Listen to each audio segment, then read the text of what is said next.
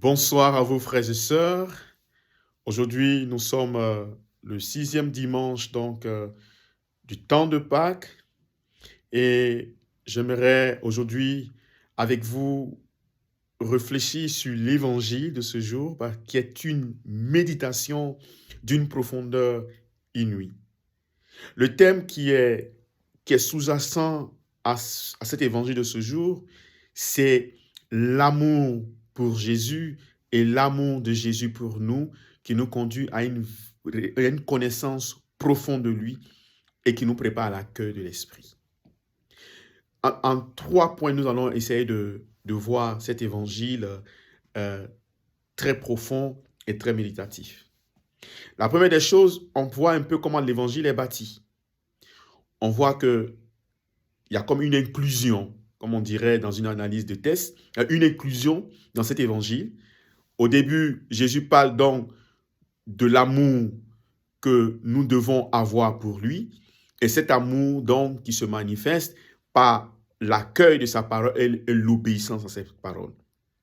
Ce même passage-là, cette remarque de Jésus va être encore reprise à la fin donc, de l'évangile, où il dit que celui donc qui va l'aimer, qui va accueillir sa parole et va obéir, celui-là, effectivement, il se révélera à lui. Donc voilà l'inclusion de notre texte. Et à l'intérieur donc de cette inclusion, nous avons la révélation que Jésus fait, c'est que il demandera au Père de nous donner l'esprit de vérité que le monde ne peut pas connaître.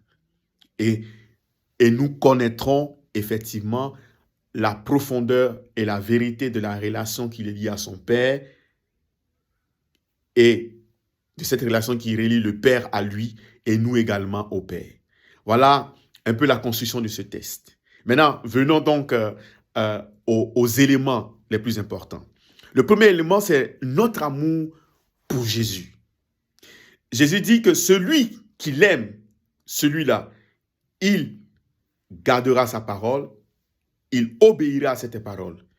Jésus est en train de nous faire comprendre quoi? Il nous fait comprendre que notre amour pour lui se vérifie dans notre rapport à sa parole. Rapport qui consiste donc à obéir à cette parole. Donc d'abord à l'écouter, à l'accueillir, à l'accepter et à orienter et diriger nos vies par rapport à cette parole.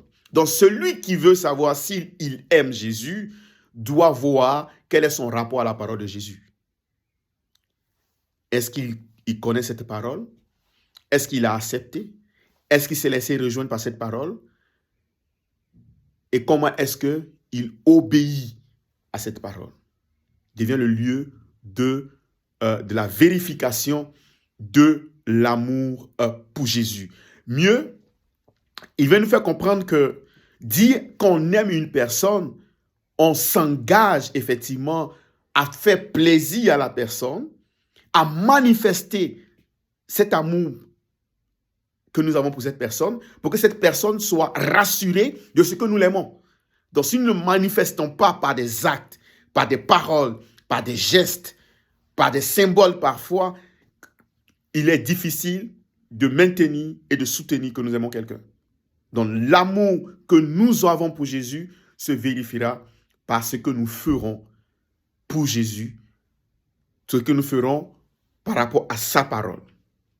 La deuxième chose, c'est que l'amour pour Jésus est un amour qui nous conduit à la révélation de Jésus, plutôt à une connaissance beaucoup plus profonde de Jésus, de ce qu'il est. L'amour ouvre les cœurs, ouvre le chemin et nous conduit, cet amour pour Jésus donc nous conduit à une intimité profonde avec Jésus, à une connaissance plus intime de Jésus, de ce qu'il est, au-delà de son apparence physique, au-delà de ce qu'il a dit, mais ce qu'il est en lui-même et que la nature humaine ne lui permet pas de manifester et de le révéler. Celui-là découvrira qu'il est en vérité. Et le troisième élément, c'est que l'amour de Jésus en retour pour nous est ce qui le pousse donc à demander au Père de nous envoyer l'Esprit, le consolateur, notre avocat, et par cet Esprit, désormais, nous pourrons connaître la relation qui lie Jésus à son Père. C'est pourquoi il dit, vous connaîtrez que je suis dans le Père, que le Père est en moi. Donc, nous allons découvrir et comprendre plus en profondeur cette relation qui les lie. Mais en même temps, ce n'est pas juste que nous découvrons, nous comprenons, mais c'est que Jésus nous introduit aussi dans cette relation avec le Père ou dans cette relation entre le Père et lui. Et l'Esprit qui nous est donné, comme l'Esprit de vérité que le monde ne peut pas le connaître, devient désormais le nouveau mode de présence du Christ. C'est-à-dire, l'Esprit nous est donné comme pour nous rassurer de la présence continue et continuelle de Jésus dans nos vies. C'est pourquoi cet Esprit qui nous est donné, il vient pour nous accompagner dans notre vie, mais aussi dans les détails de notre vie et dans le quotidien de notre vie.